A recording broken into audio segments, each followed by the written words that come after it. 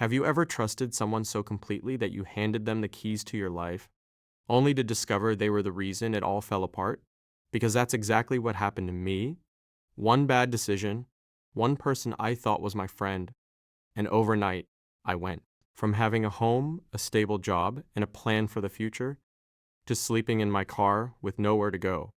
The worst part? The person responsible wasn't a stranger.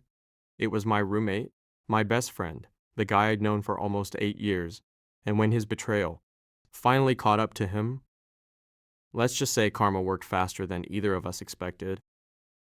My name is Jake, and this is how I became homeless because of someone I trusted like a brother. 3 years ago, life was finally starting to come together for me. I had a decent job in IT support, nothing glamorous, but it paid the bills. I was saving money, building my credit, and planning to buy my own place someday. Then my longtime friend Tyler called me. He sounded desperate. His previous roommate had moved out unexpectedly. He was struggling to cover rent, and if he couldn't find someone quickly, he'd lose the apartment. I wanted to help. Tyler and I had been friends since college. We'd survived breakups, bad jobs, and countless late-night conversations together. If there was one person I trusted, it was him. So I moved in. At first, everything was great. We split expenses evenly. We got along well. The apartment was nice. Life felt easy. Looking back, those first few months were probably the happiest part of the story. Because eventually, things started changing. It began with small excuses. Tyler would be late paying his half of the utilities, then he'd borrow money for groceries, then he'd ask me to cover rent for a few days until payday. The amounts weren't huge. $50 here, $100 there, and he always paid me back, at least, in the beginning. Then came the promotion. Tyler landed a higher paying job and suddenly started spending money like crazy. Designer clothes, expensive electronics, weekend trips, fancy dinners. Meanwhile, he somehow always seemed short when bills were due. It didn't make sense. I brought it up once. He laughed. Relax, man. I've got it under control. I wanted to believe him. So I ignored the warning signs. Big mistake. About a year after moving in together, our landlord announced he was selling the building. Everyone's lease would transfer to a new property management company. It seemed like a routine process. Sign some paperwork, update some records. Nothing major. At least that's what I thought. A month later, came home from work and found a notice taped to our apartment door. At first, I assumed it was some kind of mistake. Then I started reading, and my stomach dropped.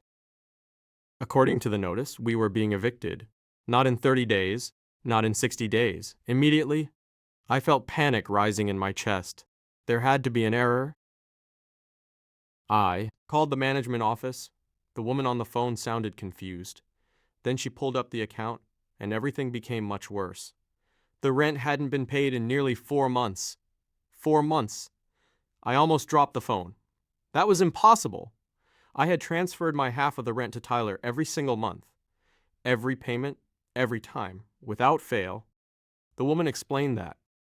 Only partial payments had been received. Thousands of dollars were missing. The second I hung up, I called Tyler. No answer. I texted him. Nothing. I called again. Still nothing. Hours later, he finally came home, and one look at his face told me everything. He knew. The moment he walked through that door, I knew. Tell me this isn't true, I said. Tyler wouldn't even look me in the eye. Instead, he sat down and covered his face with his hands. Then the truth came out. For months, he'd been using my rent money to pay off personal debts, credit cards, online gambling losses, loans, everything except rent.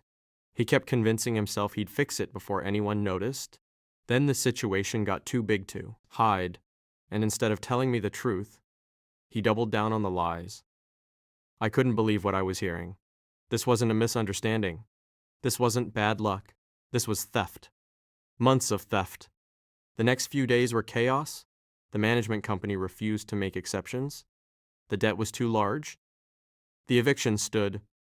I suddenly had 1 week to figure out where I was going to live. Family wasn't an option. Most lived across the country. Hotels were expensive. Apartments required deposits I couldn't immediately afford. Everything happened so fast.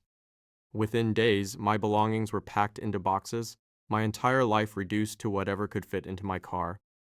The first night was the hardest. I parked in the corner of a 24-hour grocery store parking lot. The driver's seat reclined just enough to pretend it was comfortable. It wasn't. I remember staring at the ceiling of my car thinking about how quickly life can change. 1 year earlier, Tyler and I had been planning vacations. Now I was homeless because of him. The anger was overwhelming, but so was the fear. Because once you're homeless, even temporarily, everything becomes harder. Showering, sleeping, working, pretending everything is normal. For 2 months, I lived like that, some nights in my car, some nights on coworkers' couches, doing everything possible to keep my job while rebuilding my life. And during that time, Tyler disappeared. No apologies, no offers to help, nothing. The friendship was over. At least, that's what I thought. Then karma stepped in. About 6 months later, I received a call from an old mutual friend. Apparently, Tyler's situation had completely collapsed. The gambling problem I'd never known about had gotten worse, much worse. He'd lost his job, his car, his savings, everything.